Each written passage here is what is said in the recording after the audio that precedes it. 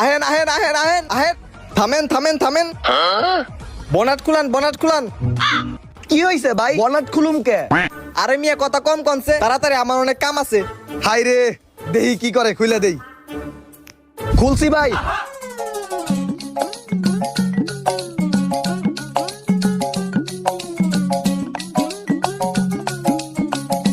গাড়িতে তো কোনো সমস্যাই নাই, হালাই তেল আমার গ্যারেজ যাই লোকে। যাই হোক ভুলভাল কইয়া 10,000 টাকার বিল ধরা দিই।